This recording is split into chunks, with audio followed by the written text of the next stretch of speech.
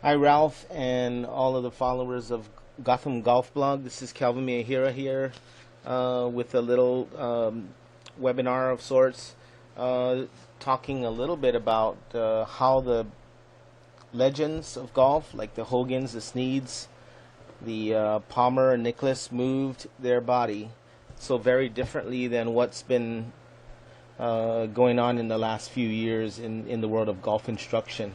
And basically, you could imagine the olden days. No one's been taught by someone with a video camera. No one's being taught with a TrackMan. No one's being taught with biomechanical equipment. Yet, when we're looking at these guys' swings, we see athleticism. We see movement that's graceful. Some might say efficient, some might say effortless. But basically what we're seeing is some motion that is really at the top of what we've seen, in the past maybe 100 years or so of modern golf. And so what I wanted to show today is basically, how different they're moving than today's guys, as well as showing some of how maybe even some of the guys that today are the or maybe we should call it what Peter Kostis called homegrown swings, guys who are doing these kind of things like Bubba or maybe even Tommy Gainey, that they're having the athleticism not taken away, or they're using their inborn athleticism to do their golf swings so well. And we typically aren't seeing that with virtually everyone else. And so I'll go over this simply, go over this a little bit complex and using some anatomical descriptions, and then we'll go into how this movement is really basic to the human body, because people in other sports, or great ones in other sports, use it, whether it's baseball or tennis or even running. So we'll take a look at all of these issues in this little webinar. So thanks for listening. Alright, so let's start with Sam Snead. As he reaches the top of the backswing, what we're going to see is several things. One, a little bit of a drop. Okay, so his head might drop a little bit. He's creating the squat move right here. Right, so we see both thighs kind of pointing out. And then from there, we see this powerful firing of the hips.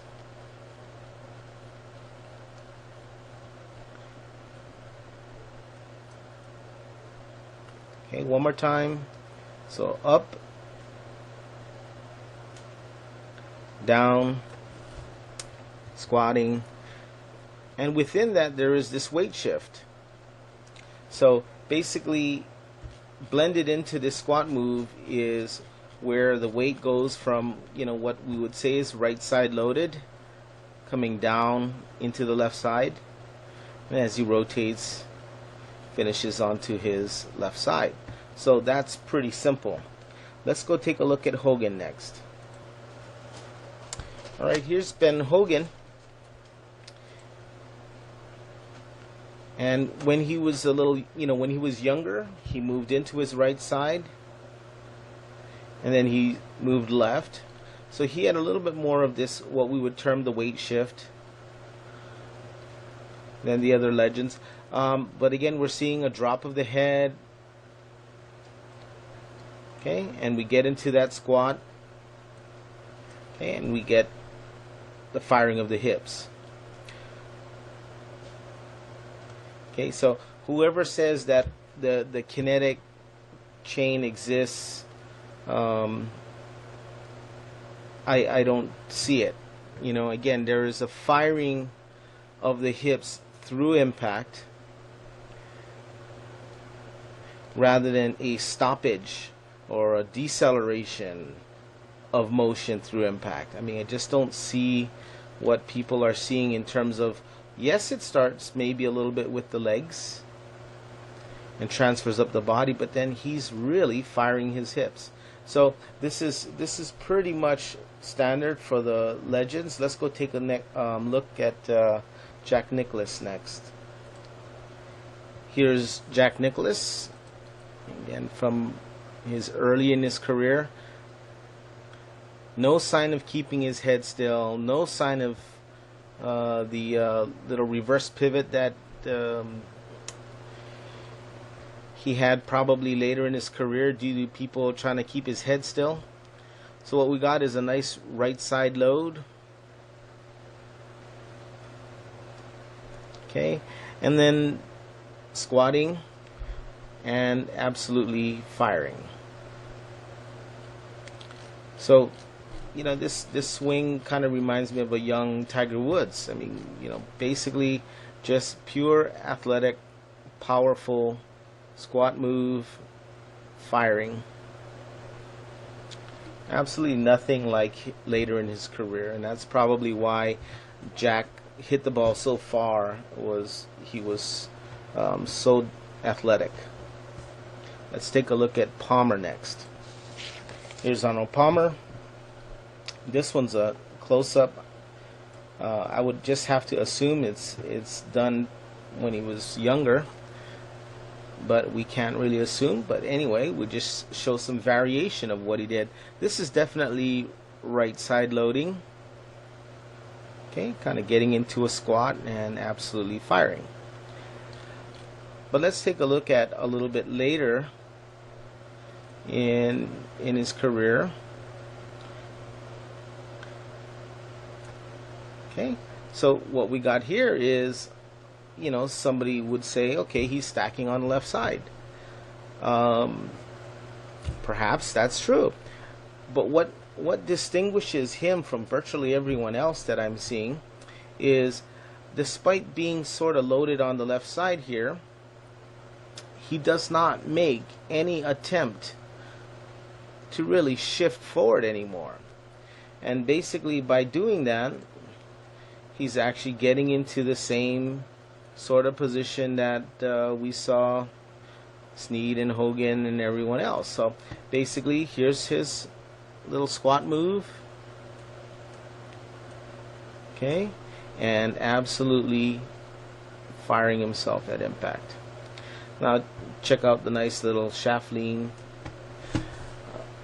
Okay, so really this is so much more common than we could imagine for players from maybe even the late 30s, 40s, 50s, and all the way up to Nicklaus when it was in the 1960s.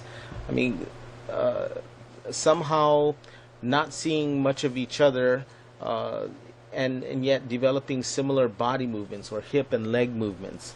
And that's really interesting, right? Because there's got to be some reason why they move like that. And to me, the answer is it's just natural athleticism, right? There wasn't teachers telling them how to do things necessarily in such a strict and rigid way that we see today.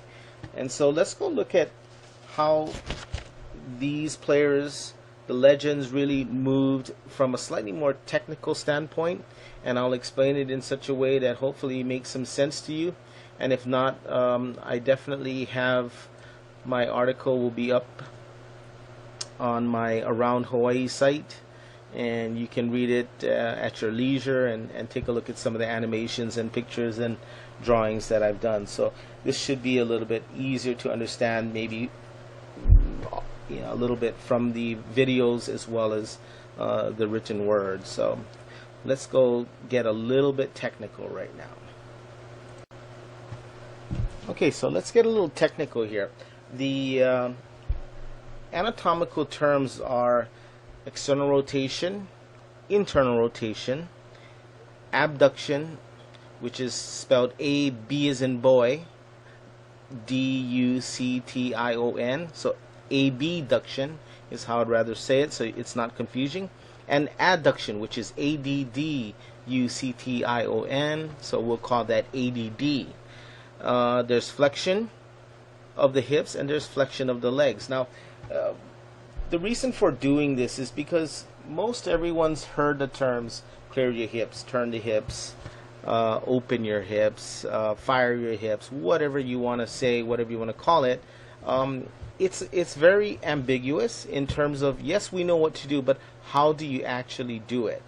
And no one seems to understand that the student probably needs as much information as they can so that they can do it right. If there's not enough information, sometimes you get stuck between, well, you sort of turn and you sort of don't.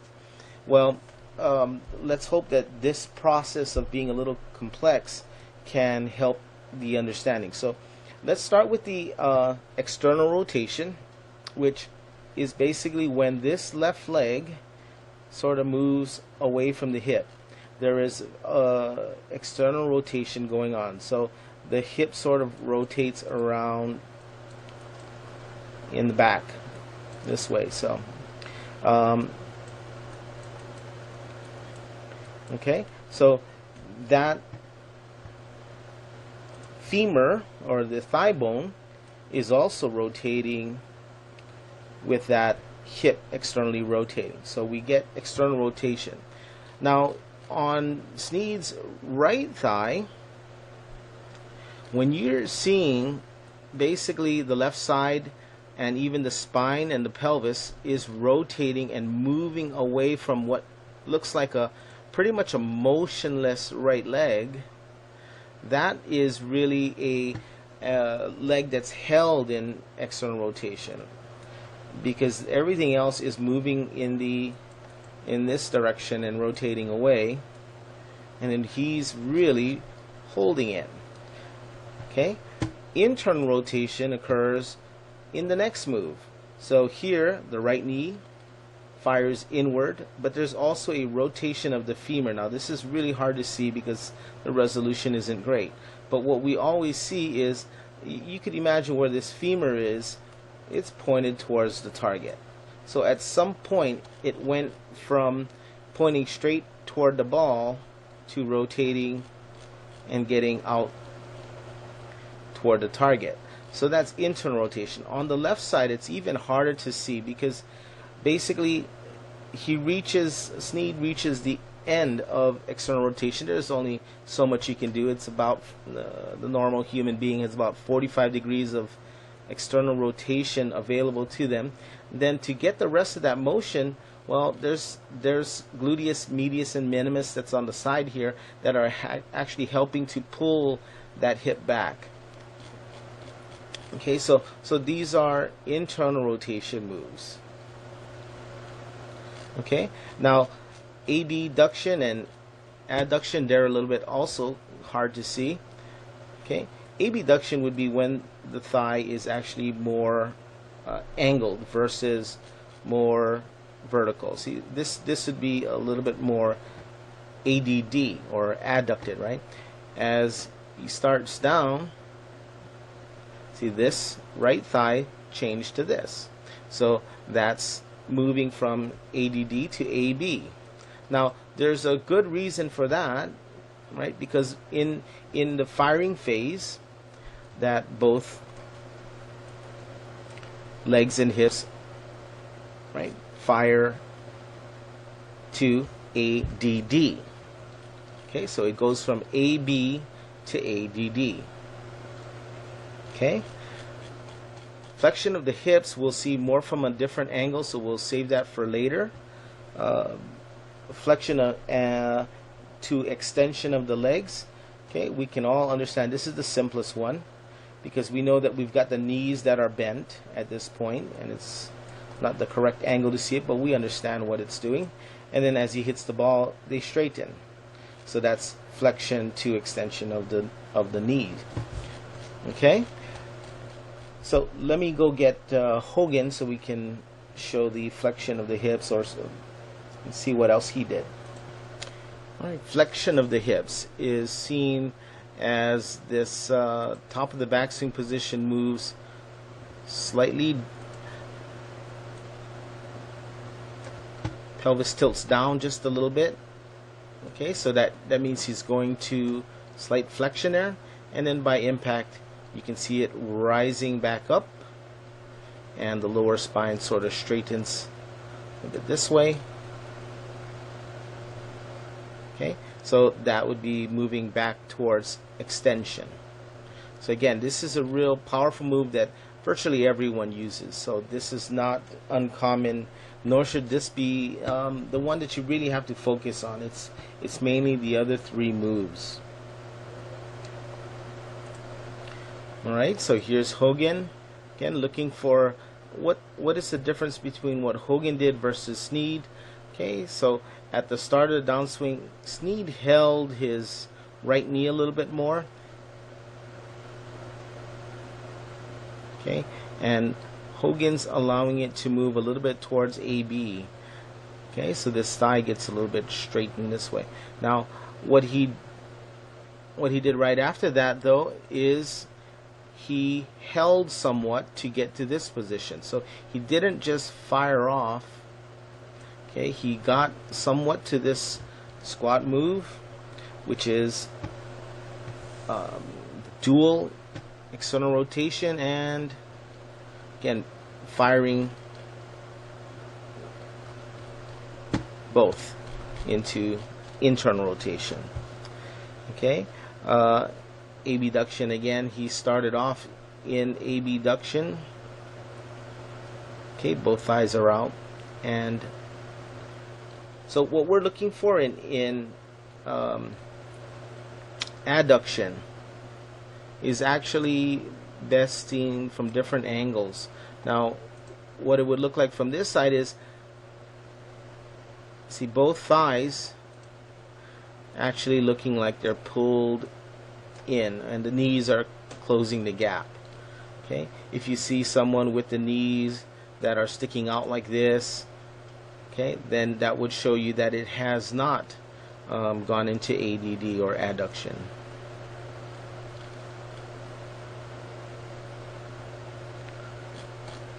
Okay, now going back to front view again, what we're seeing is also flexion or bent knees to straighten knees. Right, so this is just part of the natural movements of all these great ones, right? There's no one that's keeping their knees bent throughout the swing. They're actually using that as part of what's moving the hips and what helps the spine move a lot faster. Alright, here's a great Jack Nicklaus move to really hold, again just like Sam Snead, holding the right knee in external rotation while the left side moves quickly away, okay, and then firing internally. So again, looks similar, right? Okay, flexion, extension. Right, not a great view to see the abduction to ADD, but basically there's, okay, from there, okay, and you could imagine it is, both knees are together, so from apart to close in, right? And let's go on to, and here's Palmer. So similar movements. Again, what we're really looking for on this one is how much faster his left side's pulling away from the right. So you know there's some external rotation and some stretching of the adductor muscles or ADD muscles that are right in the groin here. So this is what's really being used to power the second half of the downswing. So if he moves straight into abduction and internal rotation at the start of the downswing, that would ruin the rest of the swing. So we'll take a look at a few of these not so optimal swings. But again, from here, there's really this internal fire. Okay, right knee pointing at the target. And extension. Flexion to extension, right? And here's how some of these moves work in other sports. Here's Albert Pujols from the Cardinals taking some soft toss. But what's really the interesting thing is, again, right side load. Watch that right knee. Okay, so it externally rotates before he fires it internally. Really cool how that works. And again, you could not imagine somebody's really teaching him to do this. He just kind of naturally figured this out on his own.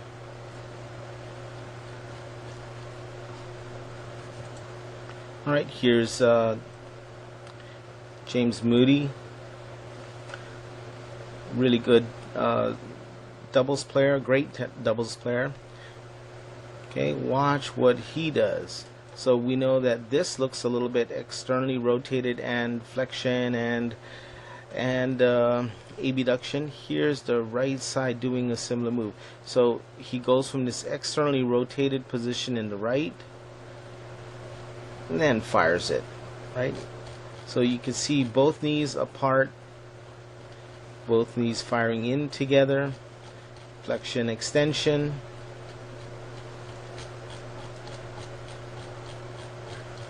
Okay, starting to get pretty similar. Here's the Babe Ruth. Look at how the right knee is kind of moving away. This one stays back. So again, causing that nice squat move and fire.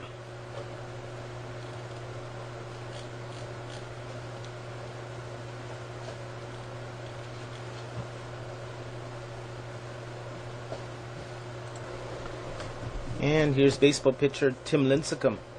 If anyone wants to know how to pitch like a future Hall of Famer, this is it. So again, watch his right leg. Hold left leg. Really moving to separate. Externally rotating again. And if you'll see how long or how far he strides, it's pretty huge. And what people don't seem to understand, even in baseball, is they're trying to get their pitchers to push off the mound. Well, Lincecum is not pushing off the mound in such a way. He's really shooting for this maximum abduction and getting external rotation before firing internally. So check out that right hip at that point, and he's going to fire it. Look at release point. Look at this distance, how far his right foot has slid from the rubber before he releases the ball. Maybe this would be a good time to show what somebody who's probably been trained to do some right leg pushing internally would do, but let's go take a quick look at that. Alright, so here's another picture you can take a look at. And by the way, this doesn't have anything to do with pushing because he's coming from the stretch. This is what it looks like when you're trying to use your legs to push. See, so he's pushing internally on that right leg, okay, rather than really stretching. And so it looks a little different than Lincecum. Notice the toe glued to the rubber, right? And then it starts moving as he's releasing the ball. Totally different looking motion of the legs. Again, because he's pushing internally with that right leg and hip too early. Okay, and it doesn't really stretch the adductor muscles in the same way, because he's actually locked them up on this side, and maybe he's getting a little bit on his left side, but it's definitely not the same as a future Hall of Famer. Okay, here's former hockey player Jamie Sedlowski. This is a different sport than golf, really, because it's long drive. I mean, this is how you just go for hitting it as far as you can. 1 out of 6 goes in the grid, and you're good, right? So we want to see this kind of pure athletic motion. Well, what do you think is happening here?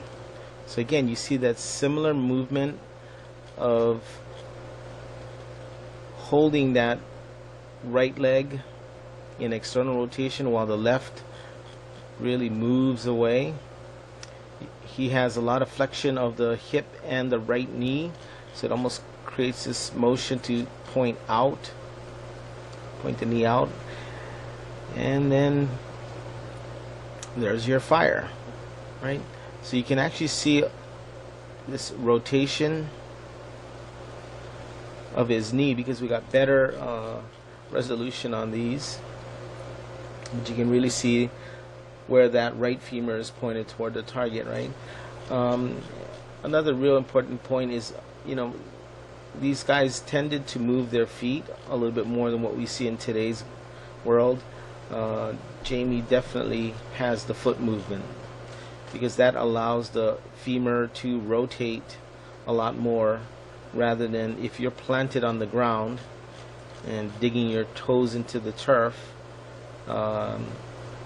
That could actually cause some shearing in the knee or even in the hip, cause some injury. So this is less stress on the leg and even on the back. Now here's an interesting view of some runners, sprinters, Tyson Gay. And what I want you to see is that this movement of let's just look at this right leg here. Can you see external rotation? So as the leg comes up, it's externally rotating, getting ready for, and also slightly abducted, right? A little bit at an angle. And watch in the push phase, it's slightly internal. Okay, it's internal and ADD, or adduction. So basically you're getting in a golf swing, or what you're hoping to get in a golf swing is this movement from external rotation, abduction, to internal rotation, adduction. Because if you can get that, this is the most fundamental movement of the human body. We've got this ability to use the body to act like it's in running or walking. I mean, and if you can run, if you can walk, then we can do these moves. This is not so foreign. And like I said, we've gotten so far away from what's naturally, instinctively, and athletic into dance moves by some dance instructors that say, hey, this is how you should do it. Well, maybe they haven't studied human movement enough to understand that this is really key to the universe. It's all of these moves: external rotation, abduction, that moves into internal rotation, adduction. Again, flexion and extension is automatic virtually for everyone. All right, some closing thoughts. Now, this is what, again, we're seeing a lot of more left side loading.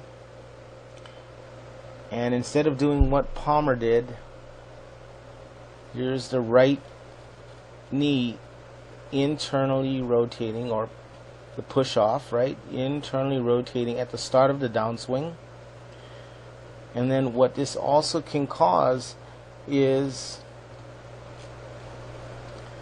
the running out of motion. Because remember now, the legends used internal rotation, adduction, kind of as the impact move, or just before impact, to fire. right? The early push at the start of the downswing, which is what everybody says to do, that drive of the knee can cause a stall, mainly because we're using up the motion. Now, what's going on the left side? Okay, in this swing, as he's shifting a little bit more to the left in transition, as if he's not enough to the left, he's holding internal rotation pressure. So again, this is stopping or slowing hip rotation to begin with. So he's got great lag and he's got all this motion that looks nice and pretty, but then by holding this, right, there's hardly any motion. So he never got externally rotated fully. He never got abduction in that left leg, and it's basically stuck in adduction.